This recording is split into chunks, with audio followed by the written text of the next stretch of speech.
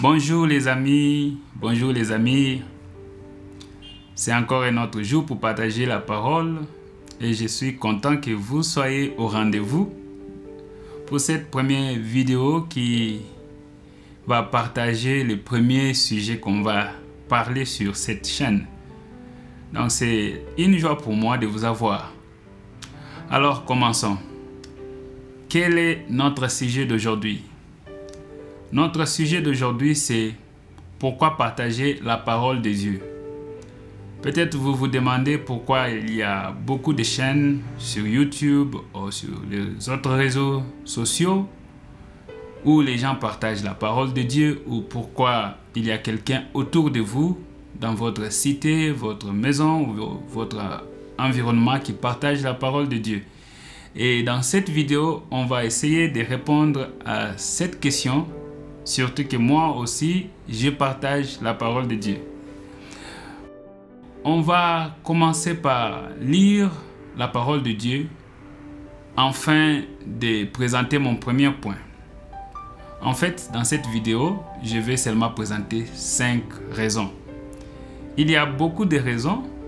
Cependant, à cause du temps, je ne vais que présenter 5 raisons. Peut-être dans le futur, j'ajouterai d'autres. La raison numéro 1, je l'ai intitulée « L'ignorance ». Qu'est-ce que cela veut dire et où trouvons cela? Où trouvons-nous cela? Nous allons le trouver dans le livre d'Osée, chapitre 4, verset 6. Qu'est-ce que cela dit? Il est écrit « Oui, mon peuple périt faute de connaissance. » Parce que vous, les prêtres, vous avez rejeté la connaissance. C'est ce qui est écrit dans Osée 4, 6. Je préfère me limiter là. Vous avez écouté la partie A dit « Mon peuple périt par faute ou par manque de connaissance ». Le deuxième verset que je vais apporter dans ce point, c'est dans Proverbes. Proverbes chapitre 16, 25 qui dit « Telle voie paraît droit à un homme, mais son issue, c'est la voie de la mort. » Alors, quelle relation entre les points ces deux versets? Ce que je vais dire dans le point numéro 1 est que la parole de Dieu est prêchée parce que il y a beaucoup de personnes qui sont ignorants de la raison de leur existence, la raison de leur création, la raison de leur existence. Pourquoi ont-ils été créés? Et quel est le but de leur vie? Je peux même ajouter qui les a créés. Le verset lu dans Proverbes est en train de nous dire que beaucoup de personnes maintenant là sont en train de vivre une vie qu'ils pensent qu'ils sont en train de tout bien faire. Ça veut dire la manière où ils travaillent, la manière où il se comporte, ce qu'il fait dans la vie est bon. Et même en termes spirituels, la personne pense que c'est bon. Cependant, si on les met devant Dieu, en ce moment, Dieu dira que, en tout cas, tout ce que tu fais n'est pas bon. Pourquoi? Parce que la première des choses, tu ne connais pas que tu as été créé par un Dieu. Et puis, parce que tu ne connais pas que tu as été créé par un Dieu, tu ne suis pas mes règlements et ce que tu fais dans la vie n'est pas ce que je t'ai appelé à faire comme humain vivant, parce que c'est moi qui t'ai créé. Cependant, ces gens-là, parce qu'ils ne sont pas informés, eux pensent que tout ce qu'ils font est bon. C'est pourquoi la parole de Dieu est prêchée. Pour parler maintenant aux gens pareils, que oui, tu penses que tu es en train de bien faire, mais celui qui t'a créé dit ceci: ta vie ne correspond pas à ces normes.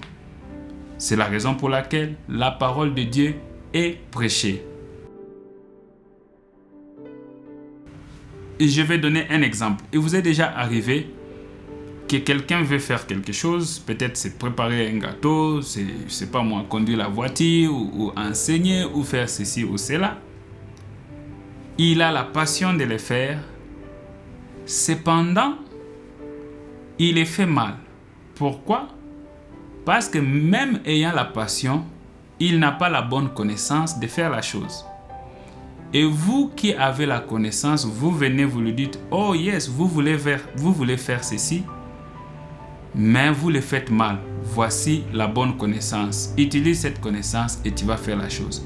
C'est ça la raison pour laquelle la parole de Dieu est prêchée. Un autre exemple de l'ignorance.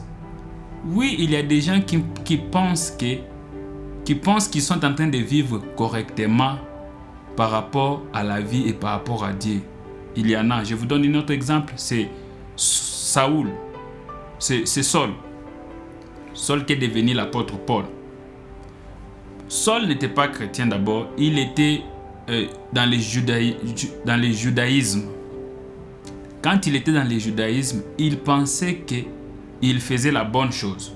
Parce que dans le judaïsme, il combattait pour Dieu. Il pensait combattre pour Dieu. C'est pourquoi on l'envoyait dans des missions. Il faisait des missions. Il tuait même des gens au nom de Dieu, pensant que ce qu'il faisait était bon. Parce que pour lui, à un moment de la vie, il pensait que le judaïsme était la vraie religion.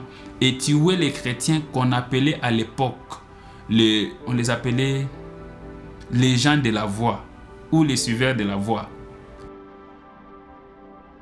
Les suiveurs de la voie, ils pensaient que c'était des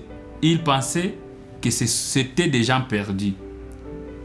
Vous voyez, à ce moment-là, Paul ou Saul était ignorant, mais pensant qu'il était bon, qu'il était juste, qu'il avait la connaissance. C'est jusqu'à ce qu'il ait rencontré Jésus-Christ sur la voie de Damas qu'il a su qu'il était dans l'erreur. Ainsi, il avait donné sa vie à Jésus-Christ. Donc, l'ignorance, c'est le premier point fondamental pour lequel la parole de Dieu est prêchée, pour atteindre ces personnes qui sont ignorantes et les donner la bonne nouvelle ou la bonne connaissance. Le besoin ou la raison numéro 2, c'est les besoins du messager.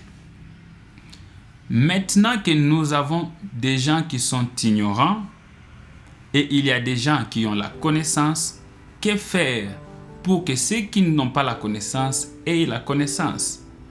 Alors, nous avions besoin de messagers. Quelqu'un qui va apporter la connaissance vers ceux qui n'en ont pas. C'est pourquoi la parole de Dieu est prêchée. C'est pourquoi vous voyez qu'il y a des gens, des serviteurs de Dieu. Ça peut être dans les 5 ministères que vous connaissez. Et si vous n'êtes pas chrétien, je peux dire seulement, vous voyez des gens autour de vous qui sont en train de prêcher, qui sont en train de partager la parole de Dieu. Où trouvons-nous cela dans la parole de Dieu? Lisons dans le livre de Romains, chapitre 10, verset 14. Voici ce que la Bible dit. Comment donc invoqueront-ils celui en qui ils n'ont pas cru? Comment croiront-ils en celui dont ils n'ont pas entendu parler? Et comment entendront-ils parler s'il n'y a personne qui prêche?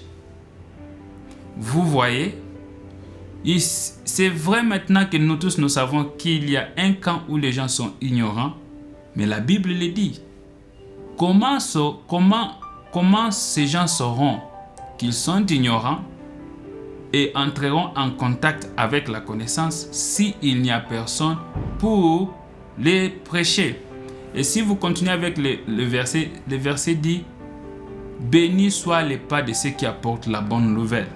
Ce qui veut dire que la parole de Dieu est prêchée afin que ces gens-là, qui ont peut-être une bonne foi de tout bien faire, mais sont ignorants, qu'ils soient atteints avec la bonne connaissance, enfin maintenant qu'ils se conforment à la bonne connaissance et qu'ils fassent mieux.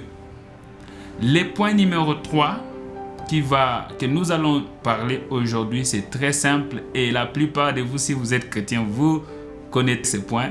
Ça s'appelle les mandats de Jésus-Christ ou les commandements de Jésus. Ça se trouve où? Ça se trouve dans Marc chapitre 15, verset 16. Lisons cela. La Bible dit ceci. Puis il leur dit, allez par tout le monde et prêchez la bonne nouvelle à toute la création. Je répète. Puis il leur dit, allez par tout le monde et prêchez la bonne nouvelle à toute la création. Ça, c'est le commandement que Jésus a donné à ses disciples. Qui est le disciple de Jésus-Christ? Le disciple de Jésus-Christ, ce n'est pas quelqu'un qui porte un grand titre dans le royaume des cieux, ce qui veut dire parmi les chrétiens ou dans la famille chrétienne. Non. Un disciple de Jésus-Christ, c'est toute personne qui a reçu Jésus-Christ comme Seigneur et comme Sauveur. C'est pourquoi on nous appelle chrétiens. Les gens comme Jésus, les gens qui vivent comme Christ. Donc, vous voyez que dans le numéro 3, la raison numéro 3, Jésus répond aux besoins qui est au numéro 2. Rappelez-vous, au numéro 2, nous avons besoin des gens qui vont aller informer, apporter la connaissance aux autres. Et au numéro 3, Jésus pourvoit, il donne la provision. Et cette provision, c'est qui? C'est chaque chrétien. Chaque chrétien qui a cru, chaque personne qui a cru en Jésus-Christ, Jésus les commande d'aller maintenant avec la connaissance qu'il a reçue, qu'il sait maintenant, oui, dans ce monde, je ne suis pas seulement né par hasard et que j'ai vu par hasard. Je suis créé à l'image de Dieu et Dieu a un plan pour moi. Maintenant, la personne prend cette connaissance et va et les partage aussi avec ceux qui n'en ont pas. Quand Jésus a dit ces paroles, si vous lisez bien, parce que la Bible est pleine de la grammaire et nous devons la respecter, Jésus ne dit pas si vous vous sentez bien, si tout est confortable ou si vous voulez, allez-y, partagez la parole de Dieu. Il commande. Là, il a commandé. Il a dit allez-y. Donc, c'est quelque chose que tout chrétien nous devrait faire pour élargir les nombres ou élargir l'impact du royaume des cieux ici sur terre.